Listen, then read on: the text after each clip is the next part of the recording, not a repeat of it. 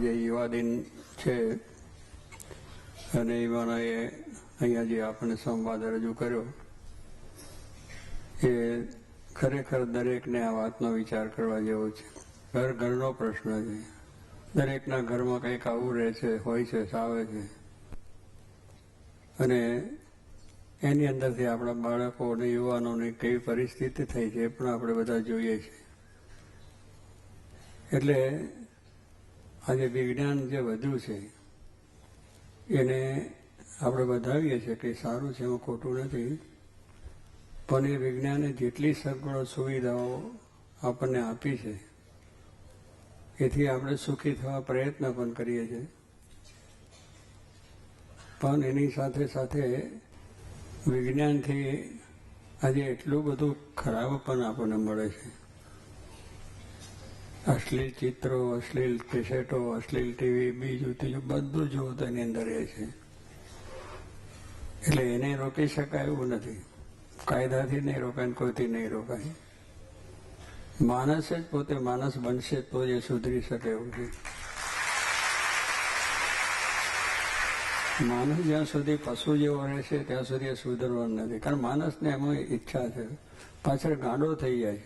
જોયા ને આપણે હમણાં છોકરાઓ કેટલા ગાંડા, બસ ચેન જોઈએ છે. ચેન શું તારા બાપાને પૂછ, દાદાને પૂછ, કેટલું ચેન કર્યું એમને. એનો વિચાર કરે કે આપણા વડવાઓ, આપણા બધા જે આદર્શો આપણા ભારતના જે સંસ્કારો એના વિચારો કરો. આ તો અત્યારે ચેનની વાત કરે. ચેનમાં તો બીજું શું થાય? સારા લુગડા પહેરવા, નાચ ગાન કરવું, દારૂના બાટલા પીવા, ખોટા પેપર લખી અને પૈસાને બધું ધૂળ ધાની વાપાણી થઈ જાય. આ ચેન કહેવાય? ચેન નથી.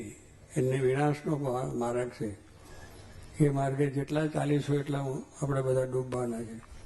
એટલા માટે જ આપણા શાસ્ત્રોએ આપણે રોકે છે. મહાન પુરુષો આપણે રોકે છે કે આપણો માર્ગ ભગવાનનો માર્ગ છે, ધર્મનો છે, આધ્યાત્મિક માર્ગ છે. એટલે વિજ્ઞાને એ બધું કર્યું છે ખરું, પણ એવો માર્ગ એમને બતાવ્યો નથી. વેગ આપ્યો પણ માર્ગ નહીં. આપણા શાસ્ત્રોએ, આપણા મુનીષોએ આપણને માર્ગ આપ્યો છે, દિશા બતાવી દીધી છે કે આ દિશા આપણે માટે સાચી છે. જેમ પ્લેનવાળો ઉડે છે તો પ્લેનને પહેલેથી દિશા આપવામાં આવે છે એક પાયલોટને, તો એ દિશા ઉપર એ જાય, છાંટો મૂકી દીધો. એવી રીતે આપણે પણ આ શાસ્ત્રોની જે માર્ગ આપ્યો છે, વેગ મળે છે કે બહુ સારું બધું સુવિધાઓ, બધી સુવિધાઓ પડી છે, પણ એની અંદરનું જે મુખ્ય તત્વ જે જોઈએ છે તત્વ નથી. આપણે એને ખોઈએ છીએ અને એનાથી દૂર જઈએ છીએ. જે આધ્યાત્મિકતા, જે આપણા સંસ્કારો, જે આપણો આવો મહાન ભગવાન રામ કૃષ્ણ બધા આવી ગયા, ગીતા, ભાગવત, રામાયણ ગ્રંથો, ભગવાન સ્વામિનારાયણ વચનામત આપ્યા કે આપણું જીવન એકદમ ચેન્જ કરવાનું છે. વિચારોની જે વાત કરી ભાઈ કે વિચારો આપણા બદલી નાખવાના છે. ચેન્જ મોટામાં મોટો એ જ કરવાનો છે. અત્યારના જમાનાની અંદર બધું સારું લાગશે પણ ઝેર. ગુણાત્યાન સ્વામી એક વાત કરી કે ઝેરના લાડવા ખાતા સારા લાગે. લાડુ એવા સરસ બનાવ્યા હોય, ઘી, પેલું તેલ, એલચી બેલચી નાખીને ભાઈ ફર્સ્ટ ક્લાસ રીતે બનાવ્યા હોય. એક ખવાય તો બે ખવાય, બે ખવાય તો ચાર ખવાય, એવા સરસ બનાવ્યા હોય. અને હોંશે હોંશે ખાઈએ ખરા કે જ્યારે બહુ સારા લાગે, સ્વાદિષ્ટ લાગે છે. બે ને ચાર ને ચાર, આઠ ખાઈ જાય એવી એની અંદરનું સ્વાદિષ્ટ આપણને લાગે.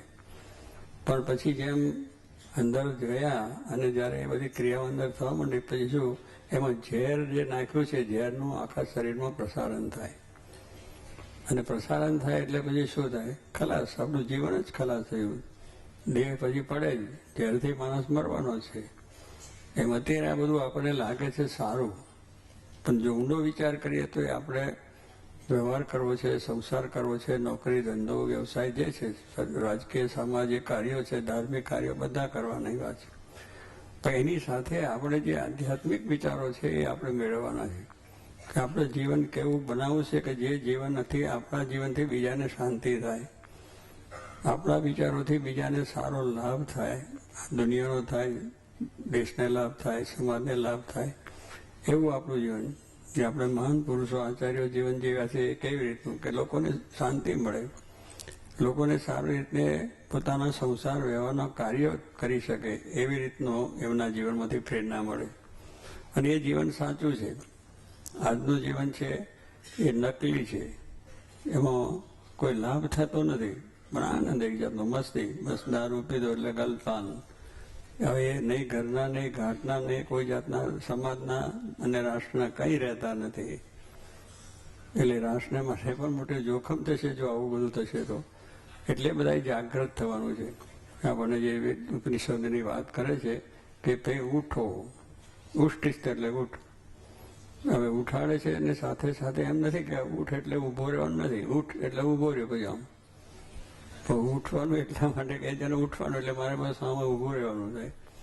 ઉષ્ટિસ્થ જાગ્રત, પાછો જાગ્રત કરવાની વાત કરે. જાગ્રત એટલે તું તારા આત્માની ખોજ કર, તારું જીવન સુંદર કેમ બને એની તું તપાસ કર. કારણ કે આપણે એવા બનવું છે કે જેથી કરીને અનેકને લાભ થાય, વસ્તુ પ્રેરણા મળે એવી જાતનું જીવન. હમણાં જેમ વાત કરી બધી આપણે કે વિવેકાનંદ સ્વામીની વાત કરી, ગાંધીજીની વાત કરી, એમ બધા મહાન સંતો આપણા થઈ ગયા. એમના જીવનમાં જુઓ તો કેટલી પ્રેરણાઓ એમાંથી મળે છે આપણને. હવે એ પ્રેરણાઓ મૂકીને આવી ધમાલિયાની પ્રેરણાઓ લેવાની. ધમાલ ધમાલ ને ધમાલ, બીજું કાંઈ નહીં. અને એને આનંદ પાછો લેવાનો. પણ એનાથી તો જીવન ખરાબ થાય છે.